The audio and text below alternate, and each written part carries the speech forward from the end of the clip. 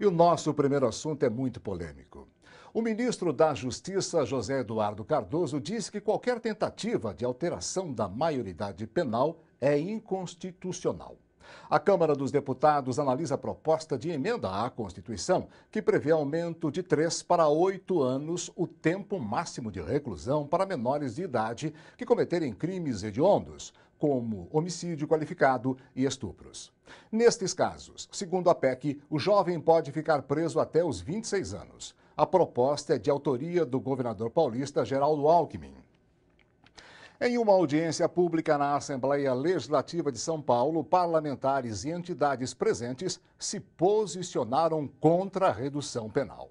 Discutir a redução da maioridade penal é você querer transferir a responsabilidade da incompetência do Estado em desenvolver as políticas públicas já pactuadas, né, para o adolescente. Essa proposta ela está datada e localizada, né? Ela se dirige à população de jovens negros moradores de periferia, que sofrem diariamente com violência, com falta de políticas públicas efetivas. Essas crianças e adolescentes são muito mais vítimas de violência do que autores. Todos os dias no Brasil nós temos 22 crianças e adolescentes assassinadas. Acho que é isso que a sociedade brasileira deveria discutir. Na verdade, se o Estatuto da Criança e do Adolescente fosse cumprido, nós não estaríamos hoje tratando de criminalidade juvenil e muito menos de redução da maioridade penal. Esse é um assunto que volta periodicamente, volta quando há situações de violência que deixam a população perplexa. Volta como uma questão que mostra que nós não estamos sabendo lidar, não há política pública de proteção à adolescência ou uma prevenção dessa questão da violência. Então se buscam soluções imediatas e nesse momento há muito interesse político, eleitoral, a busca de soluções imediatistas que nós sabemos e aqueles mesmos que propõem sabem que não vai resolver o problema. Dizer que o adolescente não tem punição, que precisa ampliar a punição, que precisa reduzir a maioridade e que isto resultaria numa redução da violência para toda a sociedade, não são exemplos como esses que nós observamos em países que tomaram essa medida. Muito pelo contrário, né? Os Estados Unidos, que tem, por exemplo, uma lei muito mais rigorosa, a criminalidade entre os adolescentes não só aumentou, quanto os crimes se tornaram mais graves. Você garantindo o direito à plena vida de criança e adolescente, nós vamos nos afastar desse debate de que encarcerando, prendendo ou recluindo os adolescentes, nós vamos estar melhorando a vida deles, o que nós sabemos que não é real. Recentemente houve uma comoção do estado de São Paulo, em função até do assassinato de um menino, e eu quero deixar muito claro que eu não sou a favor do crime, não sou a favor de que se mate ninguém. Só que existe também o genocídio da juventude negra, que acontece todos os dias, e eu não vejo essa revolução, não vejo essa comoção. Porque a morte do menino que é negro, que é pobre, é uma morte, sabe, bobagem, e a outra morte é uma morte, sabe, interessante, mais importante. É isso que a gente tem que colocar, é isso que tem que ser discutido. E a redução da maioridade penal divide opiniões entre os cidadãos paulistanos. O repórter Carlos foi às ruas da capital conferir algumas opiniões sobre este assunto. Você é a favor da redução da maioridade penal, que é aquela história de que o adolescente, se ele cometer um crime, ele passa a responder igual a um adulto? Com certeza, sou a favor. Por quê? Porque já que ele pode voltar para eleger um presidente, um vereador, porque ele não pode pagar pelos atos dele, né? Claro, isso já estava mais do que na hora, né? Ainda mais eu que faço direito, esse código está muito ultrapassado e nos dias atuais isso é essencial. Eu sou contra a redução da maioridade penal, porque eu imagino que a medida que está sendo tomada busca apenas uma via de ação social, que é tentar enjaular pessoas que não tiveram direitos básicos garantidos desde seu nascimento. Tem que dar uma estrutura para os jovens, como educação, cidadania, para que os jovens possam inserir na sociedade. Não só incriminar. Precisa tratar da raiz, tem que ver a causa. O que faz um adolescente cometer tantos crimes? Sou a favor. Por quê? Porque eu acho que, na verdade, a lei tem que ser justa para todos. Então não importa se ele é menor ou se ele é maior, o importante é que ele tem que pagar a pena. Não é educável, tem que criar umas medidas drásticas para poder combater efetivamente, pelo menos diminuir essa prática. Por exemplo, se um adolescente rico cometer um crime hediondo, você acredita que ele seria punido igual um adolescente pobre na sociedade que a gente vive? Não, não seria, claro. Há exceções, né? Tudo na vida há exceções. No Brasil tem essa discrepância mesmo em relação à condição social. Quem tem condição social mais favorável geralmente é beneficiado em algum tipo de auxílio nessa parte judiciária. Daqui a pouco a criança já nasce algemada, nasceu em condições adversas. A chance dessa criança é muito pequena. Quem vai sofrer as penalidades são mais a população menos favorecidas. Hoje nós vivemos praticamente uma monarquia, né? O pobre apanha no tronco, alguns apanham na Casa Grande e o barão não vai preso nunca. Não mudou muito do que era no tempo da escravidão para hoje. Mudaram os nomes, né? Pois bem, o debate sobre a violência envolve, sem dúvida, toda a sociedade. O assunto maioridade penal está nas redes sociais, nas rodas de conversa, nas universidades. Movimentos sociais organizados se manifestam e reivindicam mais segurança, mais investigação e justiça. Ontem mesmo, o Periferia Ativa participou de um ato de protesto ocupando o prédio da Secretaria Estadual de Segurança. Representantes do movimento conseguiram ser recebidos pelo secretário Fernando Grela Vieira. O Gilson Alves, que é da Comissão de Negociação do Periferia Ativa, esteve presente nesse encontro. Ele está aqui conosco no estúdio do seu jornal. Boa noite, prazer te receber, Gilson. Boa noite, companheiro. Boa noite. Você esteve presente nessa reunião com o secretário Grela. Isso. Muito bem. O movimento Periferia Ativa é uma união de várias organizações. Isso. O que é que vocês estão reivindicando? O que é que foi proposto por Grela? Então, a gente tivemos o ato pela manhã, né? E foi negociado que 4 horas da tarde estaria recebendo a gente, né, às 16 horas.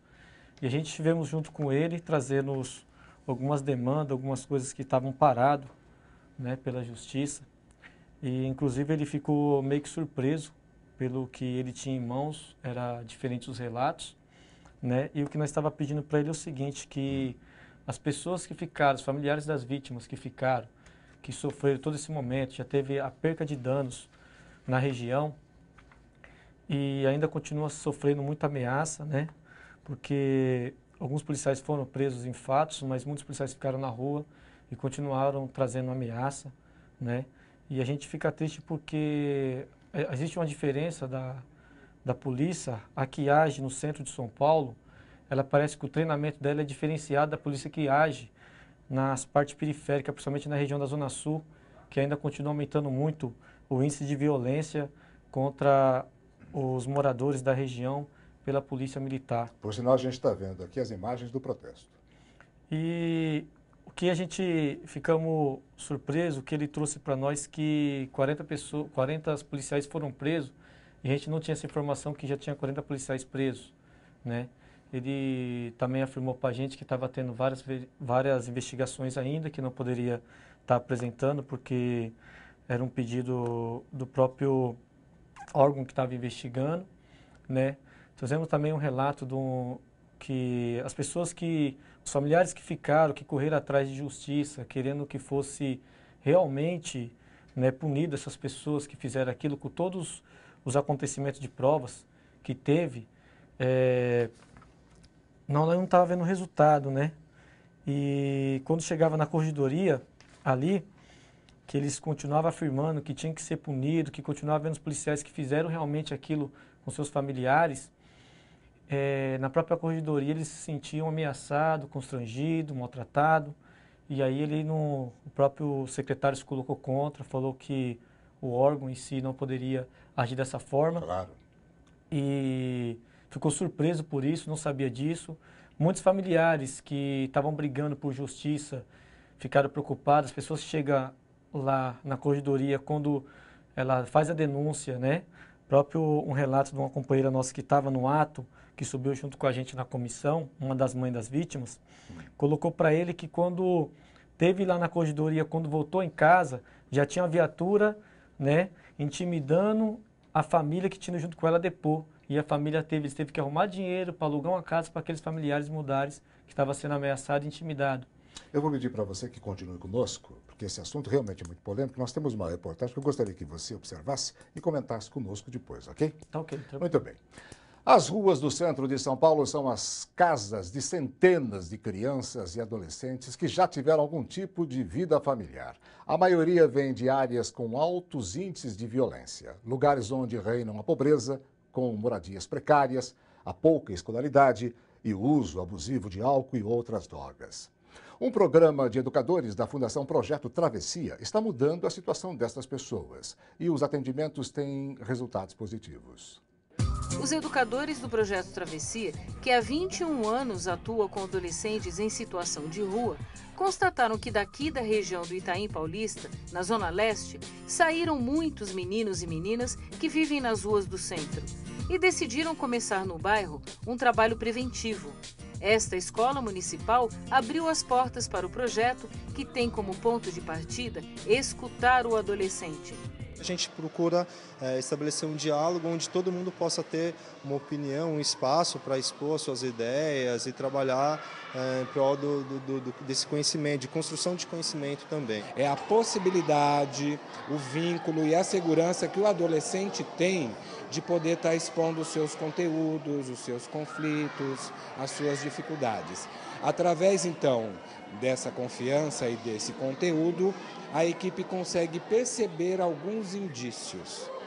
Esses indícios aparecidos, então, começamos um trabalho de um acompanhamento mais próximo, que cada situação vai se apresentando gradativamente. E quando tem voz, eles têm o que dizer. Nesta atividade, por exemplo, os alunos na faixa de 8 a 10 anos refletiram sobre as mudanças que gostariam de ver na comunidade.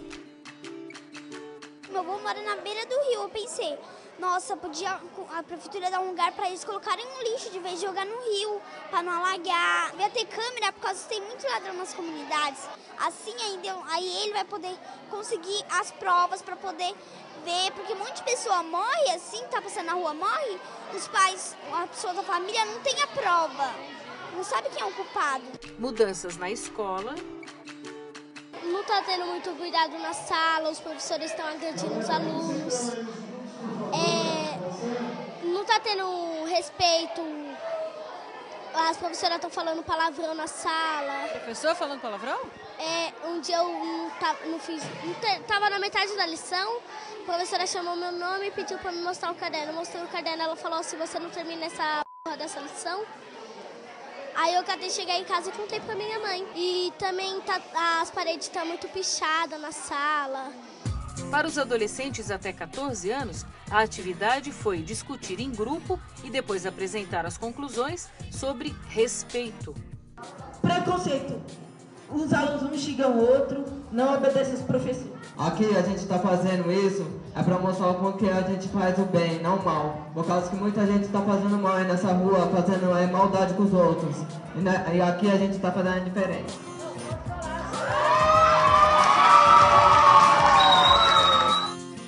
Eu me abri assim para eles, mostrei para as outras pessoas também que o respeito é uma atividade boa de se fazer. Tem muitos assuntos que eles falam aqui que eu nunca parei para pensar. E aí você acha que isso vai te fortalecendo? Sim, bastante. E fazer o adolescente parar para pensar, expressar e valorizar suas ideias são justamente os objetivos do Projeto Travessia na escola. Eles começaram a me ensinar a valorizar a minha opinião, porque eles davam um projeto e a gente falava o que a gente tinha entendido, a gente fazia teatro, a gente falava, a nossa opinião tinha valor aqui. Quando eu for maior assim, eu acho que as pessoas vão contar com a minha opinião. O projeto entrou agora no 2º ano. Não é possível saber se evitou a ida de algum destes alunos para as ruas. Mas os educadores do Travessia e os professores da escola já têm material suficiente para fazer uma avaliação positiva dos resultados. Houve, assim, grandes transformações. Mesmo eles tendo ainda dificuldade em relação à aprendizagem, a postura desses alunos mudou. A menina que estava te dando entrevista agora, adolescente, o ano passado ela quase não falava, assim. Então, hoje elas já falam. São essas transformações que parecem que são pequenas, né? Mas na verdade que pra gente faz uma grande diferença. Assim. A escola é o único meio assim que eu tenho de verdade, porque assim, a escola está querendo só me ajudar a ter um futuro melhor, entendeu? Muito bem, Gilson, o que nós vimos na reportagem, o resultado desse projeto é uma medida preventiva para os jovens? Com certeza, é sim. Inclusive a Periferia Ativa tem tentado de várias formas com algumas organizações e movimento.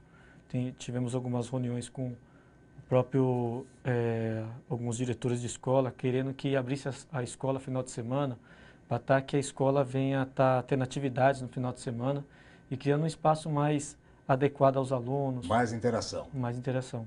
Muito bem. Uma das lutas do movimento Periferia Ativa é exatamente o direito das comunidades ter espaço de comunicação. Como é que vocês analisam a situação atual? Então, a gente analisa da forma seguinte, né? A Periferia Ativa, ela defende, tanto na área de habitação, como transporte de qualidade, né? Direito da criança, e, enfim, esporte. A gente defendemos todos os índices. Na verdade, somos várias entidades que estamos se reunindo, né? Junto com o movimento MTST, junto com o Genocídio. E... Quando você fala de várias entidades, quantas são aproximadamente? Hoje, a gente está em torno de 100 associações assinando junto com a gente. Participando, já está chegando a 180 entidades participando, visitando e contribuindo. Cada reunião que a gente faz, as pessoas que nos procuram começam a participar e começam a assumir tarefa, uns na área de esporte, outros na área de cultura. Então, isso tem crescido bastante o próprio movimento. O que tem unido muita gente é o descaso da Zona Sul. A Zona Sul ela tem sido esquecida, tanto pelo que nós vemos aqui agora, mostrando esse projeto Travessia, a gente percebe que tem outras pessoas do outro lado também criando projetos parecidos para tirar os jovens, né, as crianças, né, das ruas, criando um incentivo, né, para que elas não venham se envolver com algo que não seja bom. Que não seja bom. Gilson, muito obrigado pela sua presença. Esse assunto é polêmico, nós vamos voltar a conversar com você e vamos ver, né, até onde a gente pode chegar para o bem comum, especialmente da criança, do adolescente e do brasileiro de uma forma geral. Falado? Beleza. Muito obrigado, viu? De nada.